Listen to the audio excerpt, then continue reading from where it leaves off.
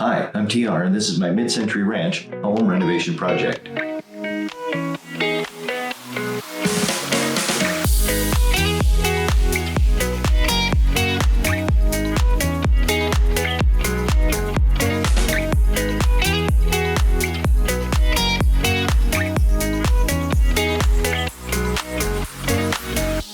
Lights, camera, action. Hey, good morning, and it's day 3 of painting.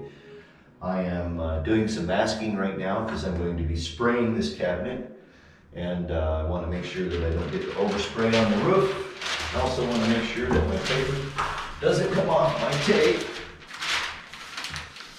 So I'm not exactly sure how I'm going to handle this because this doesn't have this crown molding on it. So I'm thinking that I'm going to go right straight to the ceiling.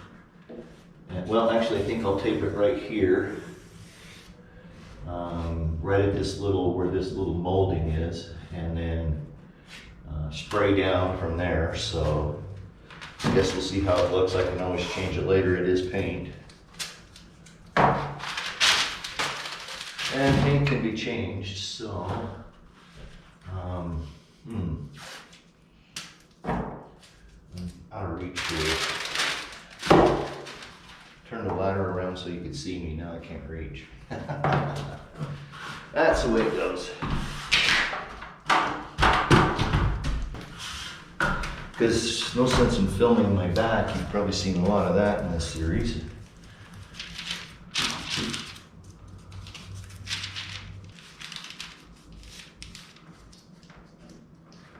Alright.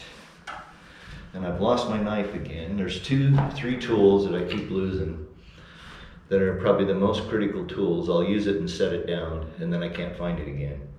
And I got everything pretty much cleaned up. One of them is my 5-in-1 painter's tool, which I think I know where it's at. But my freaking utility knife, my pocket knife, whatever you want to call it, I've put it somewhere, I don't know where it is. So that's the way it works. I suppose things like that happen to you too.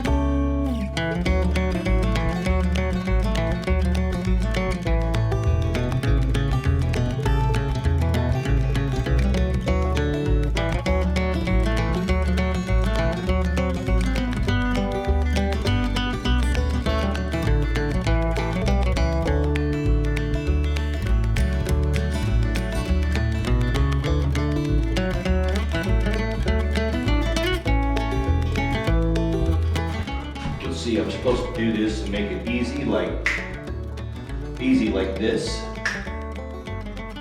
Easy like this. My clicker, my snapper isn't working. Easy like this. That's the best it's gonna get.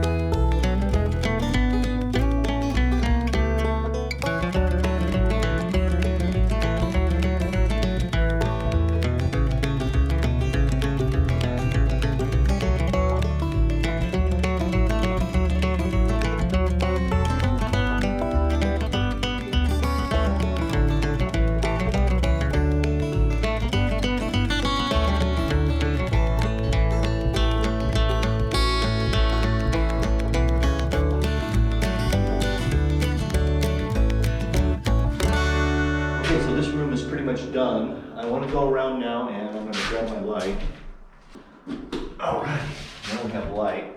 And so what I'm going to do is I'm going to do a real close inspection and just make sure I didn't miss anything.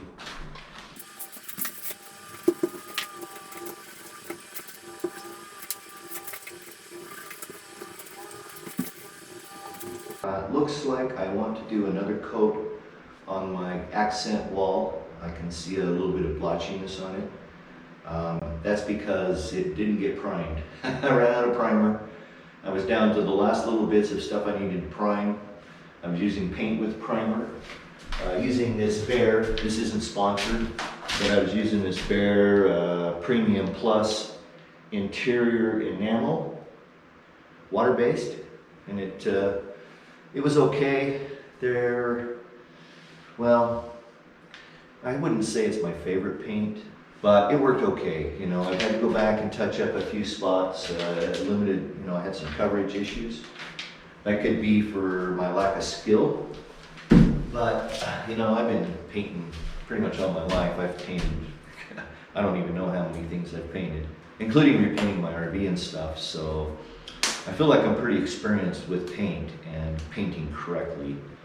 But in this particular case, there was a couple of issues, like painting the satin over the semi-gloss on the overspray. So like, let me move this here so I can show you. So like when I sprayed this trim, there's a fair amount of overspray that gets on the wall, you know, probably this much. I'll insert a little picture of it here from yesterday. And then going back over it with this satin, it tended to want to peel out a little bit. I'm not sure the correct term because I'm not a pro painter. But like I would go back and I would be cutting in these edges, and then the brush would lift the paint right off that semi-gloss, because I use semi-gloss on all these window frames and all the trim and stuff like that. So you know, that was a little bit troublesome. Fortunately, with a little bit of care on the roller, I was able to go back and roll over it again, and they turned out okay. So I guess, you know, it is what it is. But I'm just going to look around here real quick and do one more final inspection. I think I do want to recoat and get some light. Yeah, I definitely want to recoat this wall. That'll only take just a couple minutes. I'm not too worried about the trim, or, you know, cutting in. I don't have to cut it in. But I'm going to recoat that wall. I need my tape. Be right back. So what I like to do is I like to just keep my tape. I'll just put it on my wrist here, and I'll just pull me off a little strip of it like this. And so this is going to be just spots that I want to go back and touch up. I'll just leave a little piece of blue tape. You've seen this many times if you follow this series along. It's just an old trick I've used for years. I used to use this when I was doing walkthroughs, checklist sign-offs and stuff like that. When I worked for a home builder, I was their drafter, but I also did a lot of the field work.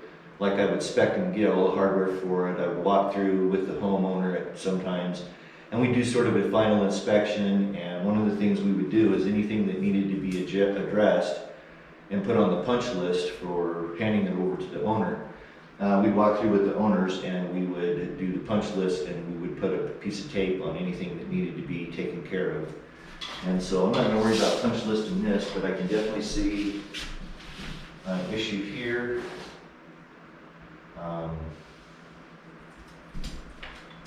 There's a miss right here.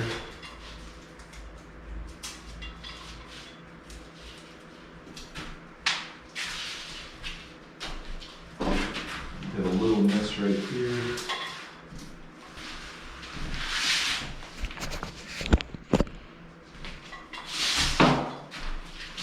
Trip turned out really good. Oh, we got a little miss right there.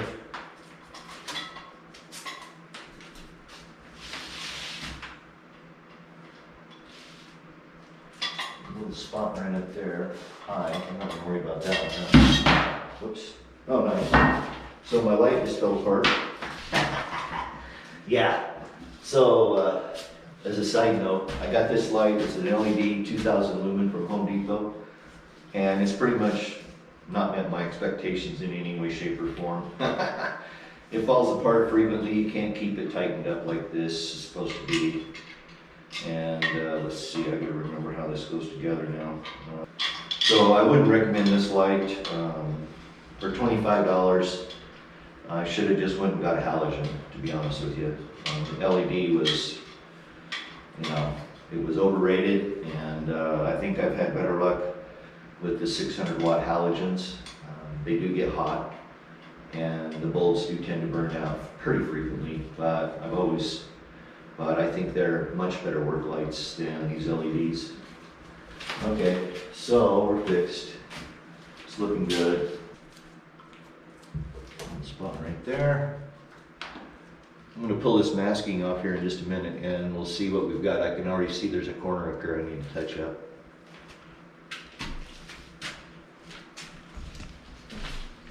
Oh, and there was some overspray up here, so I got some fix to do up here. If you look right up here, you can see it oversprayed off the paper here a little bit when I was spraying this cabinet here.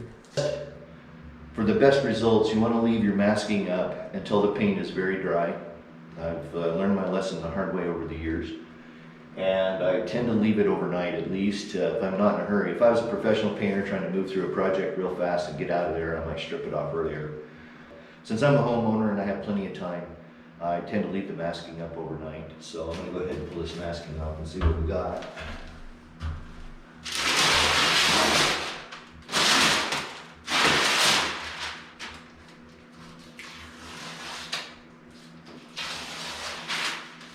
Couple of bad spots right here. No problem right there.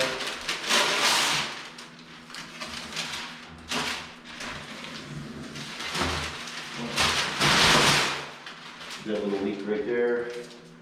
I'm gonna have to touch up the ceiling anyway, so no big deal. So we have a little leak right here. We'll touch that up. I'm gonna touch this up. Okay, I don't see anything else up here that's really troublesome. Now, to be honest with you, I'm the only one that's ever going to see these. I've never had a friend or family come into my house and go, hey, you look, you missed a spot. Well, I have, but that's, that's to be expected. Because I have a couple of professional painter friends, and they're going to come in and pick this apart, but hey, that's okay. I don't mind. I think it looks and turns out really well. So it's looking pretty good. I don't see really anything up there that I need to fix. There was one little spot. I'll come back and I'll cut that in. I'm going to have to, fix this little overspray spot over here that you can really see. So I really had an overspray here. That's the way it works. Not a big deal. It only takes a minute to touch it up. But other than that, I think we're in pretty good shape. A little more masking to remove here. So I'll be taking 10, 15, 20 minutes and going around here, and I'll be touching up all these spots that I've marked. I'm going to recoat this wall. I've got plenty of paint left, so I'm going to just roll that wall one more time. I sprayed it the first time, but I can kind of see, like I said, it's a little blotchy here and there. I'm happy with the job. I've already walked through and completely inspected the rest of the walls. And I don't have anything else except over here in the living room. There is a couple spots. So I didn't go back and touch up the living room yet because I was waiting. I knew I was going to end up with a few spots I had to touch up over there and to minimize cleanup and changing paint colors. I waited to do this room, and so I can see there's a bunch of spots up here where I got a little sloppy when I was cutting it or I was rolling. I'll come back and touch those up. It'll only take a second. But other than that, I think I'm really happy with the job. It's turning out really nice. I know this morning light, we've got a lot of smoke in the air, so it's really yellow. So it's not really doing justice to the colors, but I think it looks really good. I'm really happy with it. It took me about 2.5, I'd say 3 days to paint the whole house. I'm gonna go ahead and get started here, and then I'll go and strip up all this paper off the floor.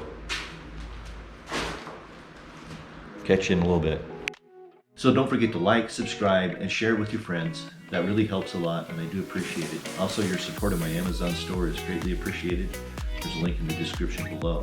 For more real-time updates, you can follow me on social media. Those links are in the description below as well.